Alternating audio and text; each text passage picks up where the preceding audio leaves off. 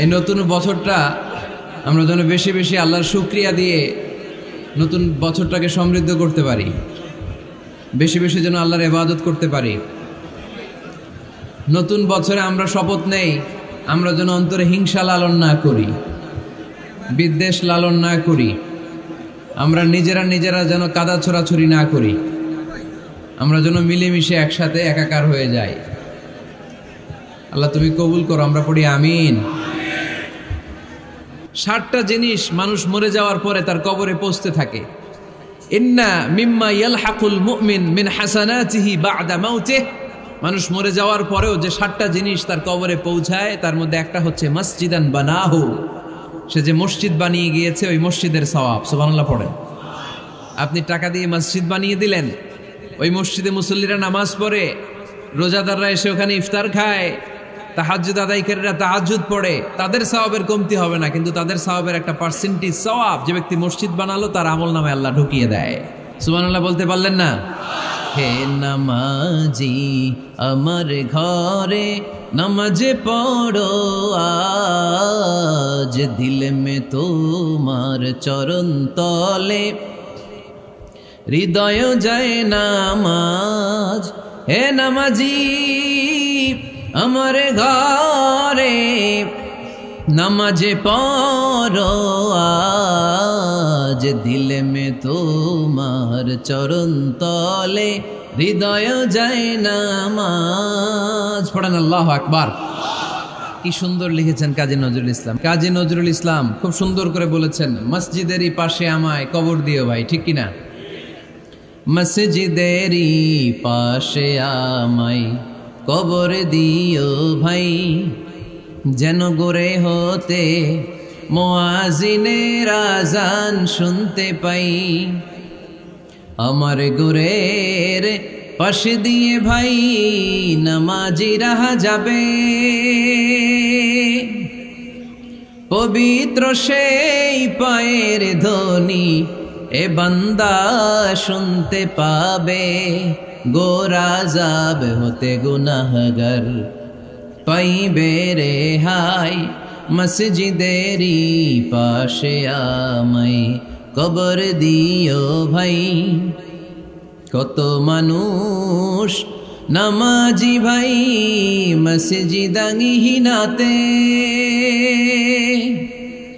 আল্লাহর নামের জিকির করে লুকিয়ে গভীর রাতে। আমি তাদের সাথে ওই আল্লাহর নাম জপতে চাই, আল্লাহর নাম জপতে চাই। পড়েন সবাই, মসজিদেরই পাশে আমায় কবর দিও ভাই, যেন গোরে হতেও মুয়াজ্জিনের আযান শুনতে পাই। চিল্লায় পড়তে হবে আমিন। কি দরদ ছিল আমাদের জাতীয় কবি কাজী নজরুল ইসলামের, মসজিদের পাশে আল্লাহ তুমি আমার কবর দিও। আল্লাহ এই দোয়াটা কবুল করে নিয়েছে, ঠিক কিনা? ওনার কবরের পাশে মসজিদ আছে না নাই? আছে। এজন্য মসজিদের সাথে সম্পর্ক জুড়ে দেওয়া এটা ইমানদারের আলামত, আর মসজিদকে ঘৃণা করা এটা মুনাফিকের আলামত। এজন্য আমরা যেন আমাদের হৃদয়টাকে মসজিদের সাথে জুড়ে দেই, মসজিদের সাথে যেন সুসম্পর্ক থাকে। মসজিদ সবার, মসজিদ নিয়ে দলাদলি নাই। দলাদলি আছে অনেক জায়গায়, হানাফি মসজিদ, আহলে হাদিস মসজিদ এরকম আমরা দেখি বা শুনি, এটা ঠিক না। হানাফি মসজিদ বলে কোনো কথা নাই, আহলে হাদিস মসজিদ বলে কোনো কথা নাই। মসজিদ সবার। ছোট্টখাট্ট বিষয় নিয়ে মসজিদে মারামারি, একজন হাত তোলে আরেকজন তোলে না, কিলাকিলি আছে না নাই? একজন বলে জোরে আমিন, আরেকজন আস্তে আমিন, মারামারি আছে না নাই? এগুলো কি মারামারি করার কোনো বিষয়? কথা বলেন। সালাতে ফরজ আছে, ওয়াজিব আছে, সুন্নাহ আছে। খেয়াল করে বুঝবেন, ফরজ যদি নষ্ট হয় সালাত ভঙ্গ হয়, you have to repeat your সালাত। ওয়াজিব নষ্ট হলে সালাত ভঙ্গ হয় না, নতুন করে পড়া লাগে না, সেজদায় সাহু দিলেই সালাত আদায় হয়ে যায়। আর সুন্নাহ নষ্ট হলে নামাজ নষ্টও হয় না, নতুন করে পড়াও লাগে না, সৌ সেজদাও লাগে না, নামাজ আদায় হয়ে যায় সুন্নাহ নষ্ট হলে। এই যে হাত তোলা না তোলা এটা সুন্নাহ, আমিন জোরে বলা না বলা এটা কি সুন্নাহ। যেটা কোনো কারণে কেউ না করলেও তার নামাজ কবুল করে নিবে কে? আর এই সব সুন্নত লই আমগো দেশে গিলাগিলি। মৌলভীবাজারে মাশাআল্লাহ এগুলা নাই, এখানেও আছে। এগুলার অবসান ঘটুক, আমরা চাই কি চাই না? আর কত এই ছোটখাটো বিষয় নিয়ে আমরা এই বিভেদের প্রাচীর আর দেয়ালকে উঁচু করব আমাদের মাঝখানে? কবে আমরা ঐক্যের সিন্ডিকেট করব? কবে? আর কবে সাদা মনের মানুষ হব? কবে? আর কত? অনেক হয়েছে, আর না, এবার থামেন। বিভেদের প্রাচীরকে ভেঙে চুড়িয়ে দেন। ঐক্যের এমন সিন্ডিকেট গড়তে হবে যাতে কোনো অপশক্তি এই ঐক্যকে ভাঙতে না পারে, বানচাল করতে না পারে। চিল্লায় বলেন ঠিক কিনা? এজন্য মিউচুয়াল রেসপেক্টের দরকার, পারস্পরিক শ্রদ্ধাবোধ সব ক্ষেত্রে, রাজনীতিতে, সামাজিক অ্যাক্টিভিটিসে আমাদের আলেম ওলামাদের মধ্যে পারস্পরিক শ্রদ্ধাবোধের দরকার, মিউচুয়াল রেসপেক্ট। কেউ কাউরে রেসপেক্ট করে না, আমি যেটা বুঝছি এটাই সব, বাকি সব হারাম, এরকম বলে না অনেকে? এরকম যেন না করি। তাহলে মসজিদ সবার, মসজিদ আল্লাহর হাবিব সাল্লাল্লাহু আলাইহি ওয়াসাল্লাম খ্রিস্টানদেরকে মসজিদে ঢুকতে দিয়েছেন, আর আমরা মুসলমান ভাইয়ের জন্য মসজিদে তালা ঝুলাই দেই, আছে না নাই? আল্লাহর হাবিব সাল্লাল্লাহু আলাইহি ওয়াসাল্লাম কোথাও গেলেই প্রথমে মসজিদ বানাতেন। কি বানাতেন? মসজিদ বানাতেন। মক্কা থেকে হিজরত করে মদিনায় আসলেন, কোবায় থাকলেন কয়েক সপ্তাহ। কোবা পল্লীতে তিনি মসজিদ বানালেন, মসজিদ কোবা। ওখানে প্রতি শনিবার কেউ যদি অজু করে ওখানে যে 2 রাকাত নামাজ পড়ে, একটা কবুল উমরার সওয়াব আল্লাহ তাআলা তার আমলনামায় দিয়ে দেয়। মসজিদে কোবা বানালেন। তারপরে মদিনায় এসে মসজিদে নববী বানালেন আল্লাহর হাবিব সাল্লাল্লাহু আলাইহি ওয়াসাল্লাম, মসজিদে নববী। এটা ছিল আল্লাহ রাসূল সাল্লাল্লাহু আলাইহি ওয়াসাল্লামের বৈশিষ্ট্য। কোথাও গেলেই তিনি মসজিদ বানাতেন, মসজিদে নববী। হায় রে, এখন তো কত সুন্দর মসজিদ আমরা দেখি, আমরা যে সালাত পড়ি। আল্লাহর হাবিব সাল্লাল্লাহু আলাইহি সাল্লামের সময় মসজিদে নববী কি এরকম ছিল? কথা বলেন। ফ্লোর ছিল বালুর ফ্লোর। কিসের ফ্লোর? আমাদের মসজিদের ফ্লোর কিসের? টাইলস। আর আল্লাহ রাসূল সাল্লাল্লাহু আলাইহি ওয়াসাল্লামের মসজিদে নববীর ফ্লোর কিসের? কথা বলে না তো, আওয়াজ করে উত্তর দেন না কেন? কষ্ট হচ্ছে? দুপুরে খাইছেন না সবাই? কেন খান নাই কেন? রোজা রাখছিলেন? হ্যাঁ, ফজর বাদে আইছি। আচ্ছা ঠিক আছে, ঠিক আছে। আচ্ছা আচ্ছা, সাউন্ড নাই, কথা শোনা যায় না? তো এটা শুনলা কেমনে? জিজ্ঞেস করলাম কথা শোনা যায় না, কয় না। তো এটা শুনলা কি করে? মানে অল্প শোনা যায়, তাই তো? একটু পরে আমার বিদায় ঘন্টা বাজবে, আমি চলে যাব। এই তোমরা ডিস্টার্ব করতে করতে আমার সময় শেষ। তোমরা ডিস্টার্ব করলে তোমাদের লস। আমি আমার টাইমের 1 মিনিটে বেশি যেতে পারবো না, কারণ এখানে আসরের সালাতের আজান শুরু হয়ে যাবে, এরপরে কোনো কথা নেই। আর বক্তব্য লম্বা করা এটা বেদাত। এই বেদাতকে আমি সুন্নাতের মধ্যে আনতে চাচ্ছি। একটা সময়ে একেবারে কমায় নিয়ে আসবো। এত প্রোগ্রামও আমি করতে চাই না। আমি ঘোষণা দিয়েছি আগামী বছরে সারা বাংলাদেশে আমার প্রোগ্রাম হবে 50টা। কয়টা? 50টা। এরপরের বছর 30টা, এরপরের বছর 20টা। বিভাগীয় প্রোগ্রাম করলেই চলবে আমার। এক এক বিভাগে যে 2 দিন 3 দিন খালাস। এত দরকার নেই, এত লম্বা চূড়ার বক্তব্যের দরকার নেই। আধা ঘন্টা চুপ করে শুনেন, কয়েকটা মেসেজ ড্রপ করি, take it with you to your home, then practice and apply in the society. নিয়ে যান, আমল করেন, সমাজে কাজে লাগান। সমাজটা আলোকিত করে দিবে কে? খুতাবুকুম তাবিলা সালাওয়াতুকুম কাসীরা। আল্লাহর হাবিব সাল্লাল্লাহু আলাইহি ওয়াসাল্লাম বললেন, কিয়ামতের একটা আলামত, কিয়ামতের আগে তোমাদের বক্তব্য হয়ে যাবে লম্বা, সালাত হয়ে যাবে খাটো। সালাতের পরে তাসবিহ পড়তে চায় না লোকজন, ব্যস্ত, মহাব্যস্ত, সুপার বিজি। কোত্থেকে আসলে এই ব্যস্ততা? আপনি রবের সাথে মুনাজাত, না যাই ইউনাজি মুনাজাত, আপনার রবের সাথে একাকী নীরবে কথা বলতে মনে চায় না আপনার? তা তো তাড়াহুড়ো কিসের?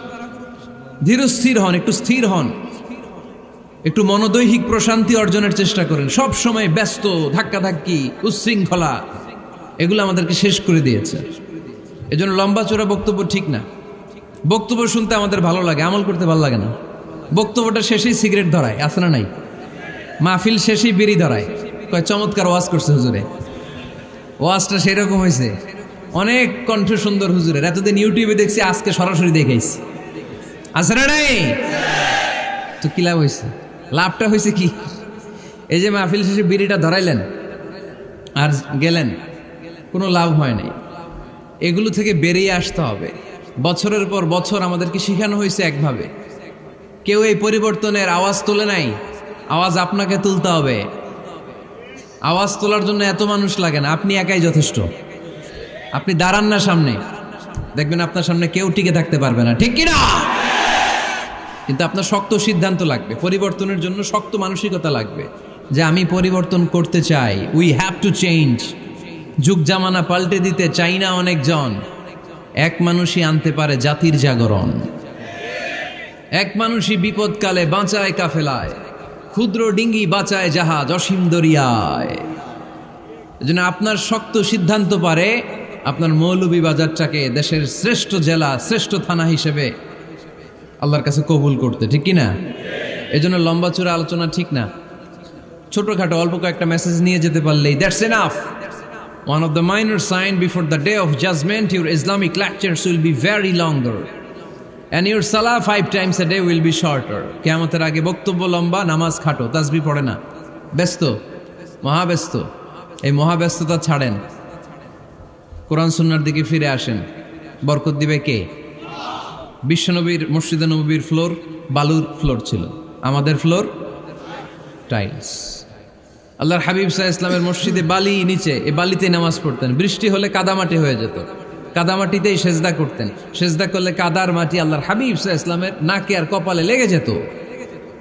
তিনি সালাম ফিরিয়ে সাহাবাদের দিকে মুখ ফিরিয়ে বসলে দেখতেন প্রতিটা সাহাবীর নাকে আর কপালে কাদার মাটি মিশে আছে। তার মানে প্রিয় নবী সাল্লাল্লাহু আলাইহি ওয়াসাল্লামের মসজিদে নববী ছিল কাঁচা, কিন্তু মুসল্লি ছিল পাকা।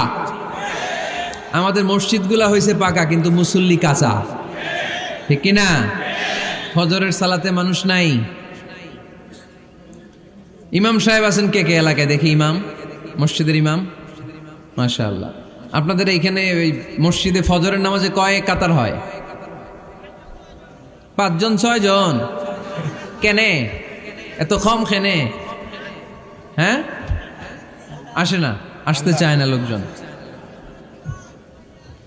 তো এই যে 5-6 জন ফজরের সালাতে, কল্পনা করতে পারেন ফজরের সালাতে এত কম লোক। ফজরের জামাতে লোক যায় না, এটা একটা মহামারী। যেদিন ফজরের জামাতের দৃশ্য আর জুমার নামাজের দৃশ্য একরকম হয়ে যাবে, ওই দিনই বাংলাদেশে ইসলাম কায়েম হয়ে যাবে। এখন স্লোগান তুলে বিপ্লব বিপ্লব, ইসলামী বিপ্লব। আর ফজরের সময় আমি কম্বলের ভিতরে, আছে না নাই? কোনো বিপ্লব হবে না। ফজরের নামাজ জামাতে পড়ুন, সকালটারে বরকতময় করে দিবে কে? আল্লাহর হাবিব সাল্লাল্লাহু আলাইহি ওয়াসাল্লামের মসজিদ ছিল সবার জন্য উন্মুক্ত, এখানে সবাই আসতে পারত। এজন্য মসজিদ হবে সবার। আমরা মসজিদের আবাদকারী হতে চাই। এজন্য রাব্বুল আলামিন বলেন, ইন্নামা ইয়া'মুরু মাসাজিদাল্লাহি মান আমানা বিল্লাহি ওয়াল ইয়াউমিল আখির ওয়া কামাস সালাতা ওয়া আতাজ যাকাতা ওয়া লাম ইয়াখশা ইল্লাল্লাহ ফাআসা উলাইকা আন ইয়াকুনু মিনাল মুহতাদিন। সুবহানাল্লাহ পড়েন। রব্বুল আলামিন বললেন, মসজিদের আবাদকারী হবে তারা যারা আল্লাহর প্রতি ঈমান আনে, আখিরাতের প্রতি ঈমান আনে, যারা সালাত কায়েম করে, যারা যাকাত আদায় করে, যারা দুনিয়ার কাউকে ভয় পায় না, ভয় পায় একজনকে। চিল্লায় বলেন তিনি কে? যাদের হৃদয়ে আছে আল্লাহর ভয়, তারা কবু পথ ভুলে যায় না। আল্লাহর প্রেম ছাড়া এই দুনিয়া কারো কাছে কোনো কিছু চায় না, ঠিক কিনা? তাহলে যারা মসজিদের আবাদকারী, এরা ভয় পায় একজনকে। চিল্লায় বলেন তিনি কে? মসজিদের আবাদকারীদের প্রথম গুণ, তারা আল্লাহয় বিশ্বাস করে, তারা আখিরাতে বিশ্বাস করে, তারা সালাত কায়েম করে, তারা যাকাত আদায় করে, তারা আল্লাহ ছাড়া পৃথিবীর কাউরে ভয় পায় না। আল্লাহ বলেন, ফাআসা উলাইকা আন ইয়াকুনু মিনাল মুহতাদিন। আশা করা যায় তারাই হলো হেদায়েতের রাস্তার উপরে আছে, ঠিক কি না? তারাই মসজিদের আবাদকারী, যারা মসজিদে যায়, সালাত আদায় করে। এখন মসজিদের আবাদকারী আপনি হতে চান, আপনি মসজিদে যান না, আপনি আবাদকারী হতে পারবেন? মসজিদের অনেক সভাপতি আছে, মসজিদে যায় না, আছে না নাই? মৌলভীবাজারে এই সমস্যা বোধহয় নাই। মসজিদের সেক্রেটারি মসজিদে যায় না, আছে না নাই? তাহলে হইল, এটা হইল, এটা মেনে নেওয়া যায়? এজন্য সভাপতি সাহেবরা, আপনি কষ্ট করে মসজিদ বানিয়েছেন, মসজিদে যাবেন। সভাপতি সাহেব, আপনি মসজিদে যাবেন। সেক্রেটারি সাহেব আপনি মসজিদে যাবেন, তাহলে আপনি সঠিক মসজিদের আবাদকারী হবেন, ঠিক কিনা? আমরা মসজিদের আবাদকারী হতে চাই ইনশাআল্লাহ। পড়েন উমরানুল মাসাজিদ। মসজিদের আবাদ কি করে করতে হয়? মসজিদ আবাদ করার এক নাম্বার মাধ্যম হচ্ছে মসজিদ নির্মাণ করা। কি করা?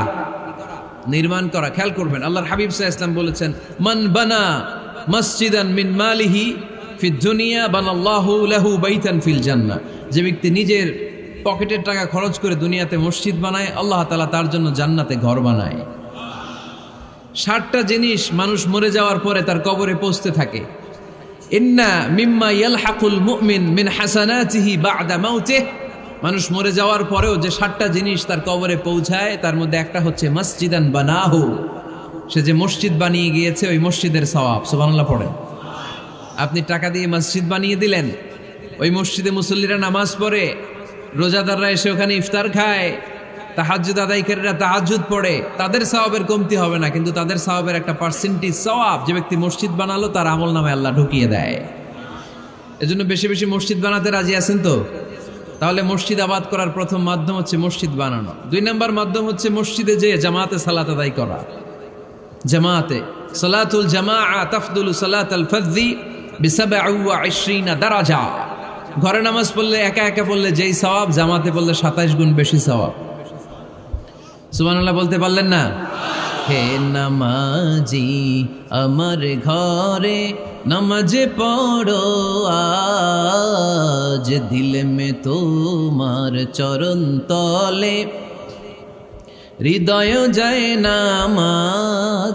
হে নামাজি আমার ঘরে নামাজে পড়ো আজ, দিলে মে তোমার চরণ তলে হৃদয় যায় নামাজ। পড়েন আল্লাহু আকবার। কি সুন্দর লিখেছেন কাজী নজরুল ইসলাম। মসজিদ কেমন যেন মসজিদ তার নিজের ভাষায় আল্লাহর কাছে কেঁদে কেঁদে ফরিয়াদ জানায়, আল্লাহ নামাজিরা আমার ঘরে আসে না, কি সুন্দর টাইলস, কি সুন্দর মুসল্লা, কি সুন্দর এয়ার কন্ডিশন, সব আছে কিন্তু মুসল্লি নাই, ঠিক কিনা? মসজিদগুলো আল্লাহর কাছে ফরিয়াদ জানায়। এজন্য আমরা যেন মসজিদমুখী হই। কি মুখী? আওয়াজ করে বলতে হবে, কি মুখী?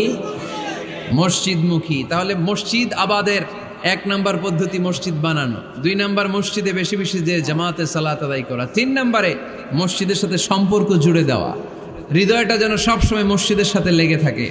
আল্লাহর হাবিব সাল্লাল্লাহু আলাইহি ওয়াসাল্লাম বললেন, সাবআতুন ইউযিল্লুহুমুল্লাহু ফি যিল্লিহি ইয়াউমা লা যিল্লা ইল্লা যিল্লু। 7 শ্রেণীর ব্যক্তিকে আল্লাহ তাআলা কিয়ামতের দিন আরশের নিচে ছায়া দিবে, যেদিন আল্লাহর আরশের ছায়া ছাড়া কোনো ছায়া পৃথিবীতে থাকবে না। সেই দিনটা কি এই দিনের মতো? কিয়ামতের দিনটা আজকের এই দিনের মতো হবে? 50,000 বছর হবে। এটা লেন্থ, এটা ডিউরেশন। কাআন সাফসাফা লা তারা ফিহা ইওয়াজা ওয়ালা আমতা। লেভেল প্লেইং ফিল্ড, তামার জমিন। একটু কল্পনা করেন তো ওই দিনটা কত ভয়ঙ্কর। বাবা ছেলেরে চিনবে না ওই দিন, ছেলে বাবারে চিনবে না, স্ত্রী স্বামীকে চিনবে না, স্বামী স্ত্রীকে চিনবে না, পীর সাহেব মুরিদ চিনবে না, মুরিদ পীর সাহেবকে চিনবে না, নেতা কর্মীকে চিনবে না, কর্মী নেতাকে চিনবে না। হায় হায়, ইয়া নাফসি ইয়া নাফসি বলে কাঁদবে। সূর্যটা মাথার কাছে চলে আসবে, সূর্যের তাপে মাথার মগজগুলো গলে গলে নাকের ছিদ্র আর কানের ছিদ্র দিয়ে টপ টপ করে বেয়ে বেয়ে পড়বে।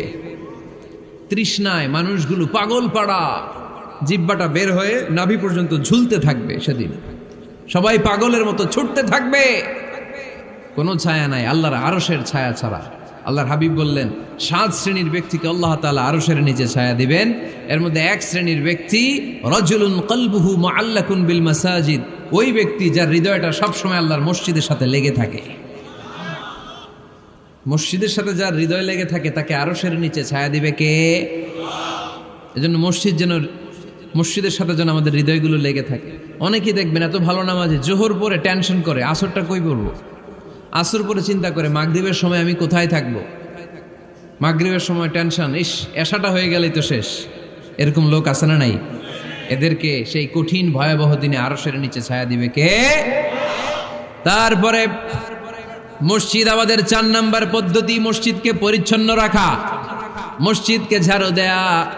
মসজিদকে যারা পরিষ্কার করে তাদের হৃদয়ের যন্ত্রণা দূর করে দেয় কে?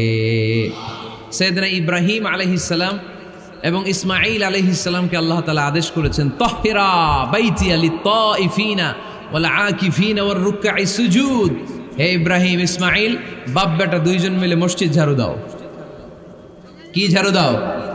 মসজিদেরি ঝাড়ু বড়দার ও কামারে হাত শোনো আমারে মুনাজাত। পড়েন, শোনো শোনো ইয়া ইলাহি আমারে মুনাজাত, শোনো আমারে মুনাজাত। পড়েন আমিন।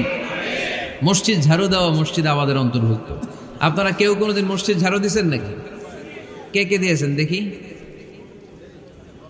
সবাই? সবাই মসজিদের খাদেম? মাশাআল্লাহ। আমিও দিছি মসজিদ ঝাড়ু, অনেক দিছি। মাশাআল্লাহ, আল্লাহ তুমি কবুল করো। যাদের হৃদয়ে বড় জ্বালা, ফ্যামিলিতে সুখ নাই, শান্তি নাই, তারা হৃদয়ে প্রশান্তি আনতে চাইলে এতিমখানায় যাবেন, এতিমের মাথায় হাত বুলিয়ে দিবেন, এতিমের মুখে খাবার তুলে দিবেন। আপনার হৃদয়টারে নরম করে দিবে কে? আল্লাহর ঘর মসজিদে যাবেন, নিজ হাতে মসজিদটারে একটু পরিষ্কার করে দিবেন, আপনার জীবনটারে উজালা করে দিবে কে? তাহলে এগুলো করার মাধ্যমে আমরা মসজিদের আবাদ করতে চাই। আমরা মসজিদের আবাদকারী হতে চাই কি চাই না? আল্লাহর ঘর মসজিদ আবাদ করার মতো শ্রেষ্ঠ কাজ পৃথিবীতে হতে পারে না। এই মসজিদের কিছু আদব আছে, আল্লাহ রাসূল সাল্লাল্লাহু আলাইহি ওয়াসাল্লাম বলেছেন এই আদবগুলো মেনটেন করে যেন আল্লাহর ঘর মসজিদের সাথে আমরা ব্যবহার করি। মসজিদের 1 নম্বর আদব হচ্ছে মসজিদে ওযুর সাথে প্রবেশ করা। কিসের সাথে? ওযু করে পরিচ্ছন্ন হয়ে মসজিদে প্রবেশ করা। এজন্য অপবিত্র অবস্থায় গোসল ফরজ, এরকম অবস্থায় মসজিদে ঢোকা যাবে? কথা বলেন, ঢোকা যায়? যেই নারীদের মাসিক চলতেছে, মেনস্ট্রুয়েশনাল পিরিয়ড চলতেছে, ওই নারীদের পক্ষে মসজিদে ঢোকা জায়েজ আছে? নাই। তাহলে এটা হলো 1 নম্বর আদব। মসজিদে ঢোকার সময় কি করে ঢুকবো? ওযু করে। আওয়াজ করে বলেন, কি করে ঢুকবো? ওযু করে। 2 নম্বর আদব হচ্ছে মসজিদে যাওয়ার সময় সবচেয়ে ভালো জামাটা পরে যাব, সবচেয়ে ভালো পাঞ্জাবিটা পরে যাব। জান তো আপনারা? না সবচেয়ে সিরাটা পরে যান? হ্যাঁ, অনেকের নামাজের জন্য একটা পুরান জামা আছে, সিরা পাড়া, এদিকে হাত উঠাইলে দিতে দেখা যায়, আছে না নাই? সবচেয়ে সিরা পাড়াটা রাখে নামাজের জন্য, কপাল পোড়া। আর সুন্নাতে খাতনার অনুষ্ঠানে গেলে মাশাআল্লাহ লেহেঙ্গা গায়ে দেওয়া যায়, আছে না নাই? না, আপনি ইবাদতের জন্য সবচেয়ে সুন্দর জামাটা রাখবেন। এজন্য রাব্বুল আলামিন বলেন, ইয়া বানি আদম খুযু জিনাতাকুম ইনদা কুল্লি মসজিদ। ও বনি আদম, তুমি যখন আল্লাহর ঘর মসজিদে ঢুকবা, ও বনি আদম, তুমি যখন নামাজের মুসল্লায় দাঁড়াবা, তোমার সবচাইতে দামি, সবচাইতে সুন্দর জামাটা গায়ে দিয়ে তুমি নামাজে দাঁড়াও। ঠিক কি না? তাহলে এখন মসজিদে যাওয়ার সময় কি গায়ে দিয়ে যাবেন বলেন? খিতা করবাইন? হ্যাঁ, মাশাআল্লাহ। হ্যাঁ, সবচেয়ে ভালো কাপড়টা আয়রন করে পারফিউম মেখে তারপরে আমরা যাব। রাজি আছেন তো? 3 নম্বর আদব হচ্ছে মসজিদে ঢোকার সময় বাম পা দিয়ে ঢুকতে হয়।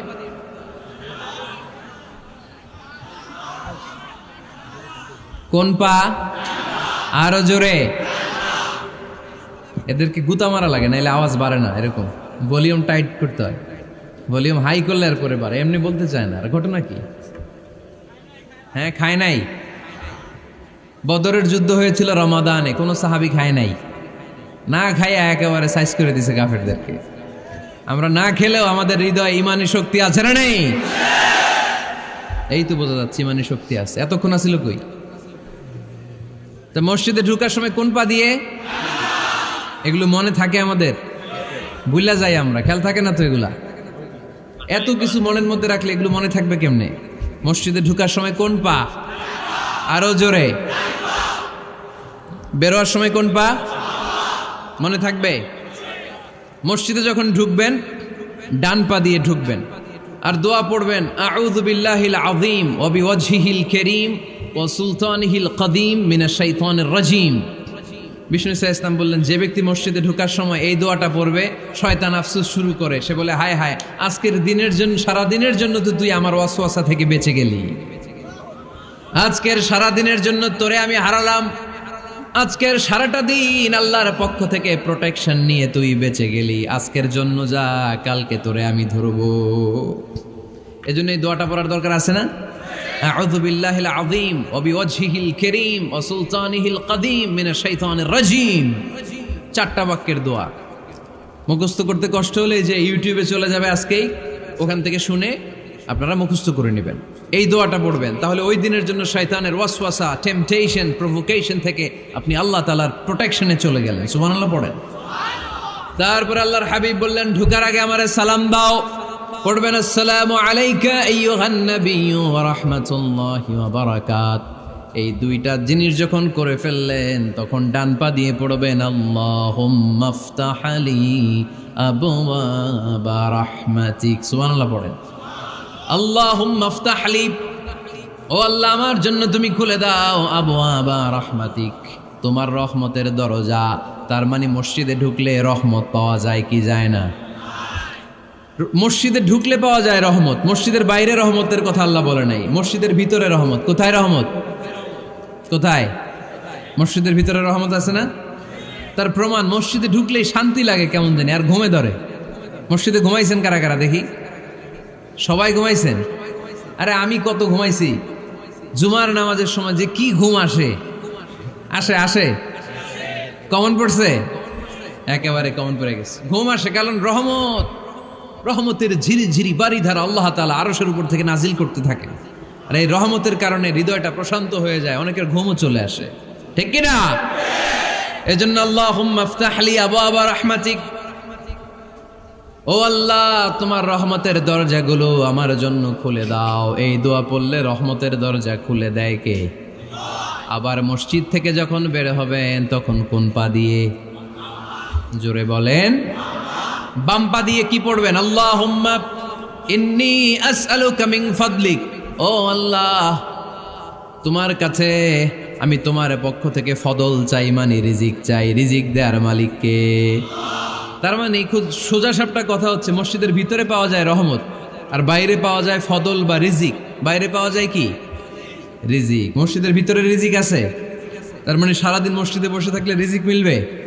নামাজের সময় নামাজ পড়তে হবে, কাজের সময় কাজ করতে হবে। এটাই হচ্ছে ইসলামের বিধান। নামাজের সময় নামাজ, কাজের সময়। আমি প্রশ্ন করবো, আওয়াজ করে উত্তর দেন। নামাজের সময়, কাজের সময়, নামাজের সময়, কাজের সময়। এটা মনে থাকবে। এজন্য আল্লাহ বললেন, ফাইদা কুদিয়াতিস সালাতু ফান্তাশিরু ফিল আরদি ওয়াবতাগু মিন ফাদলিল্লাহ। যখন তোমাদের সালাত শেষ হয়ে যায়, আল্লাহর রিজিক অন্বেষণের জন্য আল্লাহর জমিনে তোমরা ছড়িয়ে যাও। নামাজের সময় আসবেন, নামাজ শেষ বের হয়ে যান। ফান্তাশিরু ফিল আরদ, জমিনে ছড়িয়ে পড়ো।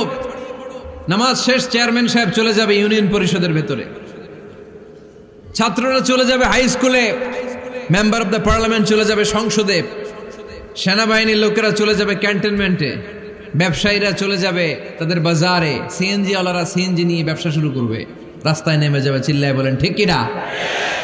এটাই ইসলামের বিধান। নামাজের সময় নামাজ, কাজের সময়।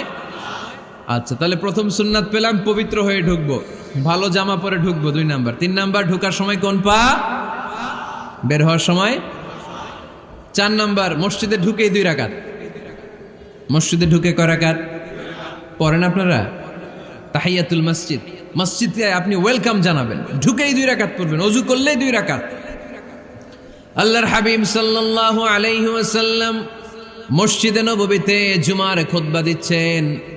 খুতবা চলাকালীন সময়ে এক সাহাবী এসে মসজিদের মধ্যে বসে পড়লেন। আল্লাহর হাবিব সাল্লাল্লাহু আলাইহি ওয়াসাল্লাম সাহাবীরে বললেন, দাঁড়াও। সাহাবী দাঁড়ালেন। আল্লাহর নবী জিজ্ঞেস করলেন, কেন বসে বললা? 2 রাকাত পড়ছো নাকি? সাহাবী বলে, পড়ি নাই। বিশ্বনবী বললেন, তাহলে তাড়াতাড়ি 2 রাকাত নামাজ পড়ে বসে যাও। সুবহানাল্লাহ পড়েন। 2 রাকাত পড়ো নাই তো পড়ো, দাঁড়াও, তারপরে বসো। দেখেন, খুতবা চলাকালীন সময়ে আমাদের খতিবরা কখনো খুতবা থামায়? কথা বুঝেন নাই? জুমার খুতবা আপনারা শুনেন না? খুতবা চলতেছে, ওই মুহূর্তে ইমাম সাহেবরা কখনো খুতবা থামায়? মাঝখানে কোনো ঝামেলা হলে থামায় না। প্রথম খুতবা শেষ, বসে, তারপরে দ্বিতীয় খুতবা। খুতবার মাঝখানে কোনো থামাথামি নাই। কিন্তু আল্লাহর হাবিব সাল্লাল্লাহু আলাইহি সাল্লাম কেমন খতিব ছিলেন দেখেন। আল্লাহর হাবিব সাল্লাল্লাহু আলাইহি সাল্লামের খুতবা দেওয়ার স্টাইল অ্যান্ড অ্যাটিটিউড এবং আমাদের খুতবা দেওয়ার স্টাইল অ্যান্ড অ্যাটিটিউড আল্লাহ রাসূল সাল্লাল্লাহু আলাইহি ওয়াসাল্লামেরটা কত প্রাণবন্ত ছিল। আল্লাহ রাসূল সাল্লাল্লাহু আলাইহি ওয়াসাল্লাম সোসাইটি ওরিয়েন্টেড একজন পার্সোনালিটি ছিলেন, সমাজের মানুষ কেন্দ্রিক, খুব সামাজিক ছিলেন আল্লাহ রাসূল সাল্লাল্লাহু আলাইহি ওয়াসাল্লাম। তিনি দেখলেন একজন বসে পড়ছে, উনি খুতবা থামায় দিলেন, জুমার খুতবা থামায় বললেন, এই নামাজ পড়ছো না, পড়ো 2 রাকাত পড়ো। আবার খুতবা শুরু করলেন, সুবহানাল্লাহ পড়বেন না? একবার তিনি খুতবা দিচ্ছেন, দেখলেন আল্লাহ রাসূল সাল্লাল্লাহু আলাইহি ওয়াসাল্লামের 2 জন নাতি হাসান আর হুসাইন রাদিয়াল্লাহু তাআলা আনহুমা, ছোট্ট মানুষ, কাতারের ভিতরে ঢুকে কোন সাহাবী টুপি টান দেয়, কারো পাগড়ি ধরে টান দেয়, একজন এদিকে দৌড় দেয়, আরেকজন ওদিকে দৌড় দেয়, মসজিদে একটা ডিস্টার্ব হচ্ছে। আল্লাহর হাবিব সাল্লাল্লাহু আলাইহি ওয়াসাল্লাম খুতবা থামিয়ে দিলেন, মিম্বার থেকে নেমে আসলেন, 2 নাতিকে 2 হাতে ধরলেন, ধরে আস্তে করে জান্নাতের এই 2 সর্দারকে নিয়ে মিম্বারের উপরে দাঁড়ালেন, এই হাতে এই নাতি, ওই হাতে আরেক নাতি। এরপর দাঁড়িয়ে দাঁড়িয়ে তিনি বাকি খুতবা দিলেন, পড়েন সুবহানাল্লাহ। কত প্রাণবন্ত খুতবা! উনিও খুতবা দিতেন, আমরাও খুতবা দেই। আল্লাহর হাবিব সাল্লাল্লাহু আলাইহি ওয়াসাল্লাম খুতবা দিচ্ছেন, এক সাহাবী এসে বলল, ইয়া রাসূলুল্লাহ, মদিনায় দুর্ভিক্ষ, বৃষ্টি নাই, আপনি বৃষ্টির দোয়া করেন। রাসূল সাল্লাল্লাহু আলাইহি ওয়াসাল্লাম খুতবা থামায় দিলেন, থামায় দিয়ে দোয়া শুরু করলেন, আল্লাহুম্মা আসকিনা গাইসান মুগীসান মারিআন মুরিআন নাফিআন গায়রা দার আজিলান গায়রা আজল। আল্লাহ, উপকারে বৃষ্টি দেন, যে বৃষ্টিতে আমাদের ফসল জন্মাবে, সবুজ ঘাস লতা পাতা জন্মাবে, আমাদের গবাদি পশুর রিজিক বাড়বে, এরকম উপকারী বৃষ্টি আমাদেরকে দিয়ে মদিনাটারে ধন্য করে দেন। বৃষ্টি শুরু হলো, জুমাবার বৃষ্টি, শনি রবি সোম মঙ্গল বুধ বৃহস্পতি শুক্র, টানা 7 দিন বৃষ্টি। এবার বৃষ্টির চোটে মদিনায় বন্যা হয়ে গেছে। এতদিনে দুর্ভিক্ষ, এতদিনে কি, এখন বৃষ্টির বরকতের দোয়া করছে, বৃষ্টিতে এবার বন্যা। যেই সাহাবী বৃষ্টির জন্য দোয়া করতে বলেছিলেন, পরের জুমাবারের খুতবার সময় এসে ওই সাহাবী বলেন, ইয়া রাসূলুল্লাহ, আবার খুতবার মাঝখানে, ইয়া রাসূলুল্লাহ, আর বৃষ্টির দরকার নাই, আর দরকার নেই, এবার বৃষ্টি বন্ধের দোয়া করেন। আল্লাহর হাবিব সাল্লাল্লাহু আলাইহি ওয়াসাল্লাম খুতবা থামিয়ে আবার বন্ধের দোয়া, আল্লাহুম্মা হাওয়ালাইনা ওয়ালা আলাইনা, হে আল্লাহ আমাদের চারিদিকে দেন, মদিনাতে আর বৃষ্টির দরকার নাই। চিল্লায় পড়েন সুবহানাল্লাহ। এজন্য খতিব হবে এরকম প্রাণবন্ত খতিব। সমাজে কি চলে, কি ক্রাইসিস, কি সংকট, ইয়াংরা কোন সমস্যায় ভোগে, আমাদের রাজনৈতিক অঙ্গনে কি সমস্যা, আমাদের অর্থনৈতিক অঙ্গনে কি সমস্যা, আমাদের সামাজিক অঙ্গনে কি সমস্যা, আমাদের পরিবারগুলোর ভেতরে কি ঝামেলা, প্রত্যেকটা কথা মসজিদের মিম্বার থেকে আসার দরকার আছে না নাই? আল্লাহর হাবিব সাল্লাল্লাহু আলাইহি ওয়াসাল্লাম এভাবেই সমাজকে ঠিক করে দিতেন। 2 রাকাত মসজিদে ঢুকে আজকে থেকে আমরা পড়ব। মসজিদে ঢুকলেই কয় রাকাত মনে থাকবে না ভুলে যাবেন? তারপরে আল্লাহর হাবিব সাল্লাল্লাহু আলাইহি ওয়াসাল্লাম বলেছেন, খবরদার কবরের উপর মসজিদ বানিও না। কবরস্থান একদিকে, মসজিদ আর একদিকে, কিন্তু বাংলাদেশে মসজিদের সাথে কবর মিলানো আছে না নাই? ছোট্ট একটা মসজিদ, কিন্তু এত বড় বাবার কবর আছে না নাই? এগুলো করবেন না আপনি। আগে হবে মসজিদ, পরে কবরস্থান। যেমন মসজিদে নববী হয়েছে আগে, তারপরে বিশ্বনবীর কবর এখানে আছে না নাই? মসজিদে নববী প্রতিষ্ঠিত হয়েছে আগে, পরে বাকি কবরস্থান আছে না নাই? কিন্তু কোন আল্লাহর ওলির কবরস্থানের উপরে যদি মসজিদ বানান, তার উপর লানাত দিয়েছে কে? লাআনা রাসূলুল্লাহ আলাল ইয়াহুদ ওয়ান নাসারা ইত্তাখাযু কুবুর আমবিয়াইহিম মাসাজিদা। আল্লাহর রাসূলের লানত ইহুদি নাসারাদের উপর, কারণ ইহুদি আর নাসারাদের একটা খাসলাত, একটা বৈশিষ্ট্য ছিল, তারা তাদের নবীদের কবরের উপরে মসজিদ বানায় ফেলতো। এটা করা যাবে? এজন্য এলাকায় এলাকায় এই ঝামেলা, কবর আর মসজিদ হবে আলাদা। আবার মসজিদের কেবলার দিকে যেন কবরস্থান না হয়, তাহলে শিরক হওয়ার সম্ভাবনা আছে না নাই? খুব সাবধান, আল্লাহ সব মাফ করে কিন্তু শিরক মাফ করে না, ঠিক কি না? শিরক হচ্ছে মহাপাপ, সব পাপের বাপ। এজন্য আমরা সব করলেও শিরকের গুনাহ মুসলমান কখনো করতে পারে। এরপর আল্লাহর হাবিব বললেন, মসজিদকে পরিষ্কার পরিচ্ছন্ন রাখো, এটাও মসজিদের আদাব। মসজিদে আতর লাগিয়ে দেন, বাখুর জ্বালিয়ে দেন।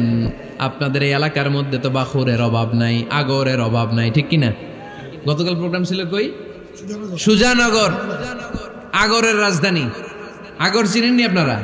হ্যাঁ, এই যে দেহনেল উদ পারফিউম, আপনাদের এই যে মাহাতাব সাহেবের আল হারামাইন, এরপরে যে আজমল কোম্পানি, এও আপনাদের এই মৌলভীবাজার এলাকার। এরকম অনেক কোম্পানি আছে দুবাই ভিত্তিক, গোটা বিশ্বে ওনারা ব্র্যান্ডিং করেছে। এগুলোর র ম্যাটেরিয়াল, কাঁচামাল যায় হচ্ছে আপনাদের মৌলভীবাজার থেকে। সম্মানিত ভাইয়েরা, মসজিদ পরিষ্কার পরিচ্ছন্ন রাখবেন, এই বাখুর জ্বালাবেন, দেহনেল উদ, এই পারফিউমগুলো ছড়িয়ে দিবেন। মসজিদের মধ্যে অনেক মসজিদে দুর্গন্ধ আছে না নাই? এই কার্পেটের মধ্যে ময়লা, পরিষ্কার করেন। আল্লাহর হাবিব সাল্লাল্লাহু আলাইহি ওয়াসাল্লাম বলেছেন, খবরদার। আম্মা জান আয়েশা বর্ণনা করেন, আমার রাসূলুল্লাহ সাল্লাল্লাহু আলাইহি ওয়াসাল্লাম বিবিনাইল মসজিদ ফি দুয়ার, ওয়া আন তুতাইয়াবা ওয়া তুনাজ্জাফ, আমরা যেন এলাকা এলাকায় মসজিদ বানাই, মসজিদগুলোকে যেন পারফিউম দিয়ে আতর দিয়ে সুগন্ধময় করে দেয়। বিশ্বনবী আদেশ করেছেন, সুবহানাল্লাহ পড়েন। এজন্য কোনো অপরিচ্ছন্ন মসজিদ থাকতে পারবে না। মসজিদের পাশ দিয়ে গেলে আতরের ঘ্রাণে আমোদ হয়ে লোকজন যেন বুঝতে পারে এটা আল্লাহর ঘর, মসজিদ। চিল্লায় বলেন ঠিক কি না? এরপরে আল্লাহর হাবিব সাল্লাল্লাহু আলাইহি ওয়াসাল্লাম বলেছেন, মসজিদের আরেকটা আদব হলো মসজিদকে অতিমাত্রায় ডিজাইন না করা। বেশি ডিজাইন করা যাবে না। এমন ডিজাইন করা যাবে না যে এটা মসজিদ বোঝাই যায় না। এত লাইটিং ফাইটিং করে, এটা কি মসজিদ না কমিউনিটি সেন্টার বোঝাই যায় না। আছে না নাই? আছে। এরকম যেন আমরা না করি সম্মানিত ভাইয়েরা। বিশেষ করে মসজিদের সামনের দেয়ালে। কোন দেয়ালে? সামনের দেয়ালটা কেবলার দিকে যেই দেয়াল, এই দেয়ালটা হতে হবে ফ্রেশ, যাতে করে মানুষের দৃষ্টি আকর্ষণ না করে। প্রায় মসজিদের দেয়ালের মাঝখানে দেখবেন আপনি ক্যালেন্ডার ঝুলায় রাখে, আছে না নাই? মৌলভীবাজারের কি অবস্থা? খিতা খবর আছে? তো এই যে ক্যালেন্ডার ঝুলায় রাখে, ওইখানে দেখবেন বিভিন্ন মসজিদের ছবি, এতিমখানার ছবি, মানুষের ছবি। তো মানুষ নামাজও পড়ে, আবার ওগুলোও তাকায়, আছে না নাই? প্রথম কাতারে পরে ওইখানে কি লেখা এগুলো পরে, তার ডিস্টার্ব হচ্ছে না?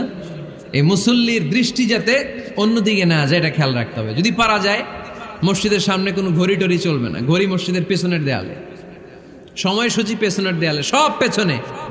সময় কয়টা বাজে ওটা ইমাম দেখলেই চলবে, ইমাম এভাবে দেখে নিবে, আপনারাও দেখে নিবেন। কিন্তু সামনের দেয়ালটা যত সিম্পল করা যায়। আল্লাহর হাবিব সাল্লাল্লাহু আলাইহি ওয়াসাল্লাম নামাজ পড়া অবস্থায় সামনে এমন কিছু রাখতেন না যেটার দ্বারা আল্লাহর হাবিব সাল্লাল্লাহু আলাইহি ওয়াসাল্লামের সালাতে মনোযোগ অন্যদিকে চলে যায়। আমরা যখন সালাত পড়ি, যদি অন্যদিকে তাকাই, ফেরেশতার মাধ্যমে আল্লাহ একটা ডাক দেয়, বলে আকবিল, এই বান্দা ফিরে আয়, তোর নজর থাকা দরকার সেজদার জায়গায়, ফিরে আয়। আপনি আবার যখন অন্যদিকে তাকান, আল্লাহ বলে ফিরে আয়, সেজদার দিকে তাকা। আপনি আবার যখন ঘড়ির দিকে তাকান, আল্লাহ বলে আকবিল, ফিরে আয়, সেজদার দিকে তাকা। আপনি যখন আবার অন্যদিকে তাকান, তখন আল্লাহ বলে লা হাজাতা লি ইলা সালাতিক, তোর এই নামাজের দরকার আমার নাই। নাউজুবিল্লাহ পড়বেন না? তোর এই নামাজের দরকার আমার নাই। অজু করে কষ্ট করে যাকে খুশি করার জন্য আপনি সালাতে দাঁড়ালেন, উনি যদি বলে এই নামাজের দরকার নেই, তা কার জন্য নামাজ পড়লেন আপনি? কথা কি বুঝতে পেরেছেন? এই জন্য এলাকার গণ্যমান্য ব্যক্তিবর্গ আছে, আমাদের চেয়ারম্যান সাহেব আছে, আরো অন্যান্য বিজনেস ম্যাগনেটরা আছে। আপনারা মসজিদ যখন নির্মাণ করবেন, সামনের দেয়ালটা যত সাদামাটা হতে পারে ততই ভালো। এমনকি জায়নামাজের মধ্যে এখন কাবা ঘরের ছবি আছে না নাই? আছে না? কি মুসলমান আমরা! নিজের কাবারে নিজে লাথি মারি নামাজের আগে, মনের অজান্তে নিজের কাবাকে নিজে লাথি মারছি। এরকম জায়নামাজ ব্যবহার করা নিষেধ। চিল্লায় বলেন ঠিক কি না? সাদা ফ্রেশ জায়নামাজ বাজারজাত করেন, আপনাদের সিদ্ধান্তই ওনাদের ব্যবসা বয়কট হয়ে যাবে। আপনারা যদি এখন থেকে মসজিদের মিনারা আর কাবা ঘরের যে প্রতিকৃতি বা ছবি, এরকম ছবি সম্বলিত জায়নামাজ কিনা বন্ধ করে দেন, এদের মার্কেট থাকবে? কথা বলেন। কালকে থেকে আমরা জায়নামাজ কেনার সময় ফ্রেশ জায়নামাজ কিনবো। কোনো মসজিদ, কোনো মিনার, আমাদের কাবা ঘরের ছবি সম্বলিত কোনো জায়নামাজ কিনা যাবে? আওয়াজ করে বলেন, যাবে? যাবে না। এগুলো হচ্ছে মসজিদের আদাব। এগুলো রক্ষা করে মসজিদে ঢোকার দরকার আছে না নাই? পৃথিবীতে 3টা মসজিদ সবচাইতে শ্রেষ্ঠ মসজিদ। কয়টা? আওয়াজ করে বলেন না। 1 নাম্বার মসজিদুল হারাম, ফাওয়াল্লু উজুহাকুম শাতরা। যেখানেই তোমরা নামাজ পড়ো না কেন, মসজিদের হারামের দিকে হয়ে নামাজ পড়ো। কেবলা কোন দিকে আজকে? এদিকে, এইদিকে কেবলা। আমি যদি এদিকে হয়ে পড়ি, নামাজ হবে না? হবে না কেন? কারণ কেবলামুখী হয়ে নামাজ পড়া ফরজ। চিল্লায় বলেন ঠিক কিনা? মসজিদুল হারাম পৃথিবীর প্রথম মসজিদ। ওখানে একটা ঘর আছে, ঘরটার নাম হলো কাবা। ইন্না আউওয়ালা বাইতিন উদিআ লিন-নাসি লাল্লাযী বিবাক্কাতা মুবারাকা। এই পৃথিবীর প্রথম ঘর, যেই ঘরটা স্থাপিত হয়েছে বাক্কা শহরে। বাক্কা মক্কার আগের নাম, এখন শহরের নাম মক্কা। আগে নাম ছিল কি? সবাই বলেন, কি নাম ছিল? বাক্কা। এটা পৃথিবীর আদি ঘর। সব নবীদের পরশধন্য পদধূলিতে এই জায়গাটা বরকতময় হয়েছে। এটা এমন ঘর, যেই ঘরের চারদিকে 1 রাকাত নামাজ পড়লে 1 লক্ষ রাকাতের সওয়াব পাওয়া যায়। হজ উমরা করেছেন কে কে দেখি? হজ উমরা করেছেন আপনারা না? মাশাআল্লাহ। আমরা যারা করতে পারি নাই, আল্লাহ তাদেরকেও তৌফিক দাও। আমরা যেন এই কাবা ঘরে যে প্রাণ ভরে সালাত আদায় করতে পারি, আল্লাহ তৌফিক দান করো। আমরা যেন মসজিদে নববীতে যে প্রাণ ভরে সালাত পড়তে পারি, তৌফিক দান করো। আল্লাহর হাবিব সাল্লাল্লাহু আলাইহি ইসলামের কবরের সামনে দাঁড়িয়ে যেন আমরা প্রাণ খুলে মন প্রাণ উজাড় করে বিশ্বনবী সাল্লাল্লাহু আলাইহি ইসলামকে সালাম দিতে পারি। আল্লাহ তৌফিক দান করো। এই কাবা ঘরকে কেন্দ্র করে প্রতিদিন 100টা রহমত নাজিল হয়। আওয়াজ করে বলেন কয়টা? আল্লাহর হাবিব বললেন প্রতিদিন প্রতিনিয়ত 100টা রহমত নাজিল হতেই থাকে। সিত্তুন আলিত তাইফিন, 60টা রহমত তাদের উপর নাজিল হয় যারা কাবা ঘরের চারদিকে তাওয়াফ করে। আরবাঈন আলিল মুসাল্লিন, বাকি 40টা নাজিল হয় যারা কাবা ঘরের পাশে নামাজ পড়ে। ওয়া 20 আলিন নাযিরিনা ইলাল কাবা, বাকি 20টা রহমত প্রতিনিয়ত নাজিল হয় যারা তাওয়াফ করে না, সালাত আদায় করে না, শুধু কাবার গিলাফের দিকে তাকিয়ে থাকে। কাবার দিকে তাকায় থাকলেই সওয়াব। সুবহানাল্লাহ পড়েন। এক রাকাতে কয় লক্ষ রাকাতের সওয়াব। এজন্য আল্লাহর হাবিব সাল্লাল্লাহু আলাইহি ওয়াসাল্লাম বলেছেন, লা তুশাদ্দুর রিহাল ইল্লা ইলা সালাসাতি মাসাজিদা, স্পেশাল ভার্চু এন্ড রিওয়ার্ড, বিশেষ সওয়াবের নিয়তে পৃথিবীর এই 3টা জায়গা ছাড়া কোথাও নিয়ত করে ভ্রমণ করা জায়েজ নাই। এক হচ্ছে মসজিদুল হারাম, 2 হচ্ছে মসজিদ নববী, 3 হচ্ছে মসজিদুল আকসা। এই 3টা মসজিদ ছাড়া পৃথিবীর কোনো মসজিদে নিয়ত করে সফর করা যাবে না। বিশেষ নিয়তে সফর করা যাবে না, যে আমি যদি এই মৌলভীবাজারের জামে মসজিদে যাই বেশি সওয়াব পাওয়া যাবে, এই নিয়তে সফর করা যাবে না। বেশি সওয়াব শুধু এই 3 মসজিদে। মসজিদুল হারামে 1 রাকাতে কত রাকাতের সওয়াব? কথা কয় না, বুঝে নাই বোধহয়। কয় লক্ষ? আর মসজিদে নববীতে 1 রাকাতে 1000 রাকাতের সওয়াব। আরেক বর্ণনায় আছে 50,000, বর্ণনাটা দুর্বল। সহিহ বর্ণনায় এসেছে 1 রাকাতে 1000 রাকাতের সওয়াব। মসজিদুল আকসায় সালাত পড়লে 1 রাকাতে, এক বর্ণনায় এসেছে 250 রাকাতের সওয়াব, আরেক বর্ণনায় এসেছে 500 রাকাতের সওয়াব। এই 3টা মসজিদ ছাড়া যে নামাজ পড়লে বেশি সওয়াব হবে, এই নিয়তে সফর করা যাবে? চিল্লায় বলেন যাবে। তবে মসজিদটা দর্শন করার জন্য যেতে পারবেন। মসজিদটা দেখতে কেমন, এটার ক্যালিওগ্রাফিক্যাল ডিজাইন কেমন, এটার আর্কিটেকচারাল ডিজাইন কেমন, এটার দৃষ্টিনন্দন সৌন্দর্য কেমন, মসজিদটা দেখতে কেমন, দেখতে যেতে পারবেন। কিন্তু বিশেষ সওয়াব রিওয়ার্ড এই 3টা মসজিদ ছাড়া অন্য কোনো মসজিদের জন্য হবে না। এই মসজিদ হচ্ছে আমাদের সামাজিক ঐক্যের কেন্দ্রবিন্দু, এটা হচ্ছে আমাদের কমিউনিটি সেন্টার। আমরা শুধু নামাজের জন্য মসজিদকে ইউজ করি, এছাড়া আরো অনেক ইউসেজ আছে মসজিদের। খেয়াল রাখবেন, আমাদের মুসলমানদের মসজিদ হিন্দুদের মন্দিরের মতো নয়। কোথায় আজান হইছে? শেষ করে দিব না? সুবহানাকাল্লাহুম্মা ওয়া বিহামদিকা আশহাদু আল্লা ইলাহা ইল্লা আনতা আস্তাগফিরুকা ওয়া আতুবু ইলাইক।